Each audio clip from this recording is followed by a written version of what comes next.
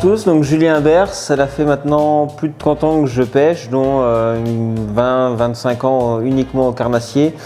Pêche du bord, en flotte tube, et également en bateau, essentiellement au leurre. Ça fait plus de 12 ans que je suis dans la team Rapala. On vous propose dans ce format 2 parties de pêche, une basée sur le sandre, avec une analyse très rapide de comment moi je peux procéder, ce qui n'est pas le cas pour la sortie qu'on va faire de demain. C'est-à-dire que moi, depuis de très nombreuses années, je tiens un carnet de capture depuis 1999. Donc j'ai des milliers et des milliers de captures de référencés, que ce soit sur le sandre, le brochet, les grosses perches, le black bass, enfin toute espèce carnassier que j'ai pu capturer. Et dans ces données, je note des notions très simples qui sont les débits, quand je suis en fleuve, quand je suis en rivière, quand j'ai la possibilité de les avoir, via Vigicru et autres. C'est des données que moi je regarde énormément. Donc si on parle que des lacs vendéens, là c'est facile à voir, on va sur Vendéo. On a la situation à la date qu'on le souhaite, tous les 8 jours c'est mis à jour, là c'est au 23 janvier 2022. Et on a l'état de remplissage des lacs, donc on retrouve là le nom de la retenue, la cote quand il est plein, donc là par exemple si on prend Mervan quand il est plein, il y a la cote 36, les volumes je m'en préoccupe pas, et la cote NGF actuelle à la date du 23 janvier, donc 33,29. Donc après c'est pas marqué, on a le taux de remplissage 64%, après c'est de tête, et là il est à moins 2,71 m en gros, et c'est cette cote là que moi je retiens, c'est ce 33,29 ou ce moins 2,71 m. Dans le cas de figure ici, bon là on est en queue de lac, c'est différent, mais quand toutes les bordures se dégarnissent, on voit bien que le fond des lacs sont assez lunaires. Donc quand on perd les postes de bordure, les herbiers, les branches, etc., les poissons vont venir se regrouper sur des postes physiques qui sont posés au fond. Ça peut être des cassures, ça peut être des souches, ça peut être des anciens poteaux électriques. Et il se trouve que quand on connaît les cotes sur lesquelles les poissons se tiennent à ce poste-là, parce que à la cote de moins 1 mètre, les poissons ils viennent se concentrer dans celui-là, à moins 3 mètres c'est à sec, donc ici il n'y a plus de poissons, ils sont plus bas. Et en fin de compte, c'est de se dire, ce poste-là, il est bon à telle période, à telle cote. Et donc sur certains lacs, il y a des habitudes. Alors des fois, la cote elle est atteinte en septembre, des fois en octobre, des fois c'est en novembre, ça dépend des étés, suivant les précipitations et autres. Mais que ce soit moi ou d'autres personnes qui n'ont pas forcément noté les cotes, il y a des anciens qui disent, ce lac-là, de toute façon, il ne se prend rien tant que ce caillou-là il n'est pas dégarni. Et on retrouve la même chose sur Vigicru avec les débits des fleuves, etc. Il y a des débits qui correspondent à une force de courant qui font que les poissons, sur une rivière, au lieu d'être sur 100% du volume d'eau, y compris pleine eau, à une certaine puissance de courant, de débit, les poissons ils viennent se coller en bordure, et il y a certains postes qui sont meilleurs que d'autres à certains débits, suivant une marée, etc. Donc ça c'est des données qui sont super importantes, et quand on tient un carnet de capture, ces données que moi j'ai inscrites dans le passé, qui maintenant sont tout le temps les mêmes, d'année en année on retrouve les mêmes configurations à tel débit ou à telle cote. Maintenant je les note plus, mais en gros c'est des choses que je regarde très régulièrement pour en gros cibler ma sortie de pêche, me dire tel jour, à telle époque. La cote est pas mal, là, ce lac-là, j'ai potentiellement la chance de trouver des gros sandres sur tel poste, c'est l'époque, donc j'y vais. Donc ça, c'est des données qui sont facilement récupérables sur internet et qui permettent de préparer une sortie ou de se dire tiens, là il est encore 1 mètre trop le lac, je surveille la baisse, il baisse de 20 cm par semaine, 20 cm par jour, et je sais qu'à peu près dans une semaine, 15 jours, 3 semaines, il va falloir que je commence à me dire tiens, si j'ai un créneau, faut que j'aille là-bas. La configuration du lac sera pas trop mal pour aller pêcher tel poste de telle manière et essayer de trouver les gros sandres, quoi. Ouais. En l'occurrence, pour nous, demain, on va faire ce qu'on peut pour le sandre, toujours est-il. Et puis on fera une seconde partie, un second volet brochet avec des pêches là de saison, puisque les eaux sont claires. On est fin janvier, on est encore assez loin de la fraie, donc ça va être les derniers moments pour faire des beaux brochets qui sont bien nourris, bien gras, avec des eaux claires, donc des poissons qui chassent à vue, donc des pêches beaucoup plus simples à effectuer que sur les pêches de sandre qui là vont être beaucoup plus compliquées.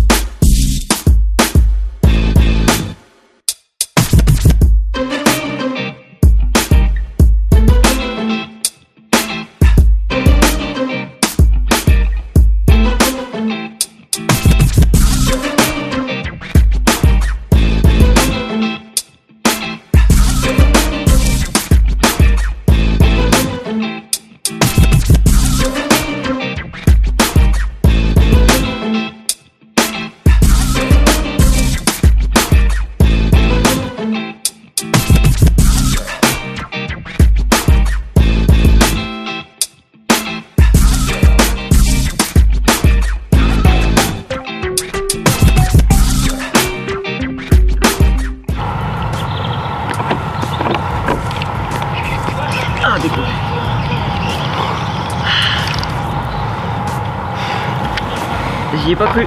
J'y ai pas cru. Ouais. Il est très très mal ferré. Alors c'était le même calibre. Ou une perche. Et là, changement de technique parce que t'en as marre de faire les allers-retours.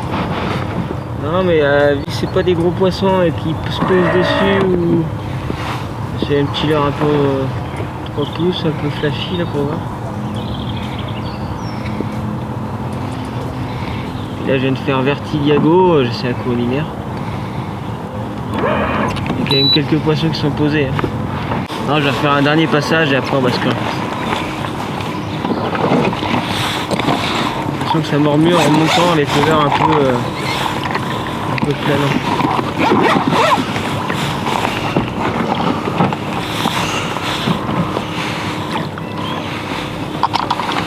Non, puis là je suis resté sur du naturel, là j'ai fait un flashy pour voir. Moi j'ai diminué la taille du leurre aussi, hein, il y a plusieurs paramètres.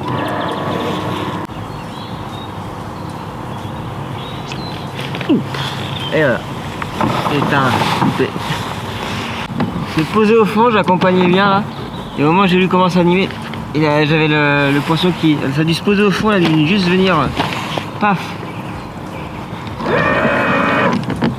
Il y en a au sondeur, c'est pas des gros. J'en ai un sous moi encore. 2. Là je passais plus vers le large, j'avais moins de poissons, et là je me rapproche plus du bateau. Je suis décalé au moins de 5 ou 6 mètres sur la droite là. Il y a plus d'écho. Ah, ça va avoir une passage de plus ça encore. Ah, il y a plus d'écho. Je suis plus loin à 8 mètres là et je me suis rapproché. Alors, est-ce que c'est avec le soir qui tombe, il est 4 heures, le poisson commence à monter là, il y a vraiment beaucoup d'écho là. Ah ouais? Il y a vraiment plus de poissons que tout à l'heure, c'est pas photo. Là je suis à 7,50 donc j'étais à 8 avant. Donc il tape.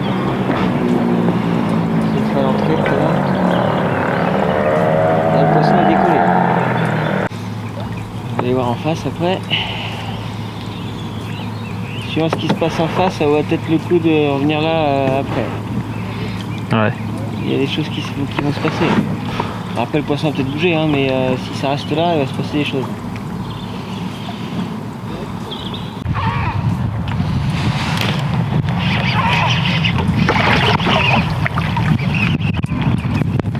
Ah oui, c'est plus taquet.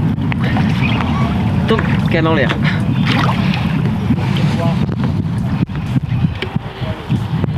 Un gamin. Oula, les cormorans ils font des dégâts. Hein. Hein? Les cormorans. Ouais. Regarde ça. Ouais. T'as tué.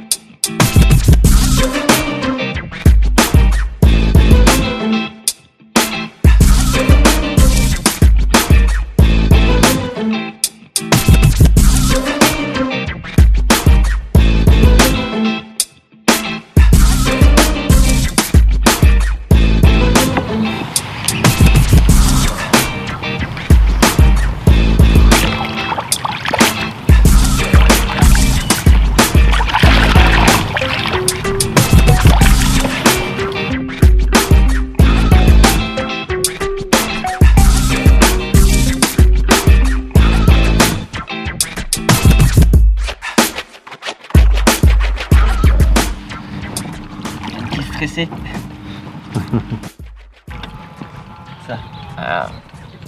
Pas content. Ils sont jolis et tout neufs. Pas abîmés. Allez, hop. Donc, tu vois les rivières à fort courant comme la Seine, le Rhône, etc. Ils pêchent avec des gommes super raides. Tu sais, les ripple shad, des trucs comme ça, pulse. Ouais. Ça marche bien, mais parce que c'est leur raid et le courant les aide à nager. Dans les eaux stagnantes comme ça, ça marche pas. C'est à toi de le faire nager de l'heure.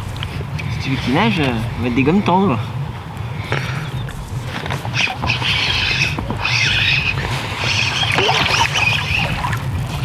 Il a pris posé.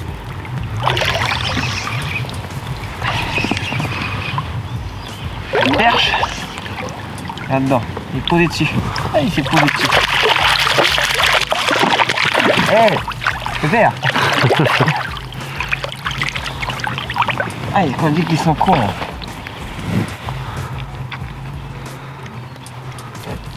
C'est bien qui est sûr.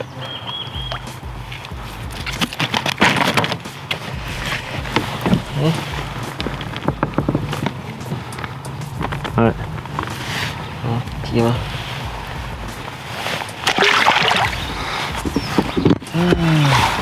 J'ai raccompagné dessus.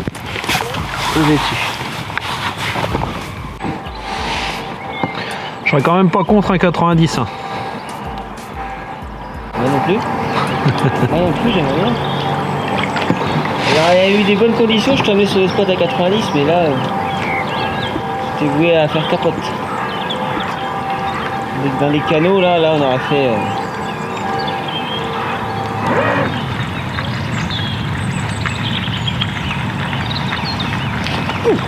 Oh, je la loupe.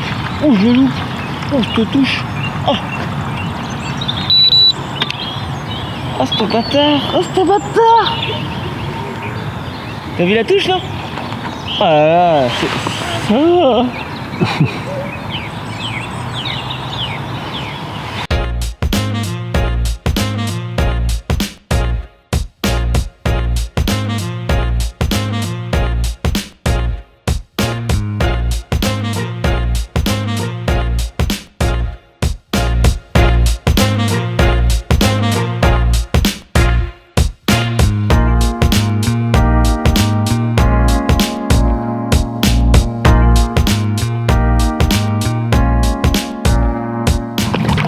Ça sent alors en moins.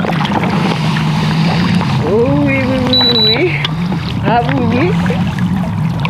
Ah, c'est sûr.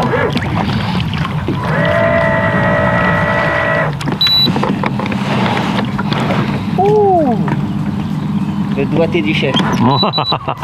La chatte à Mireille, oui. Ouais, c'est ça. La chatte à Mireille, il faudrait que j'en fasse ça maintenant, tu vois. Ah bah là, oui. Là, je dis oui. Bonjour toi. Fais un câlin. Ça, tu t'y es remis, hein? Ouais, mais j'étais concentré sur autre chose, tu vois. Ça marche pas à chaque fois. Ça va marcher. Et voilà, la tête du chef.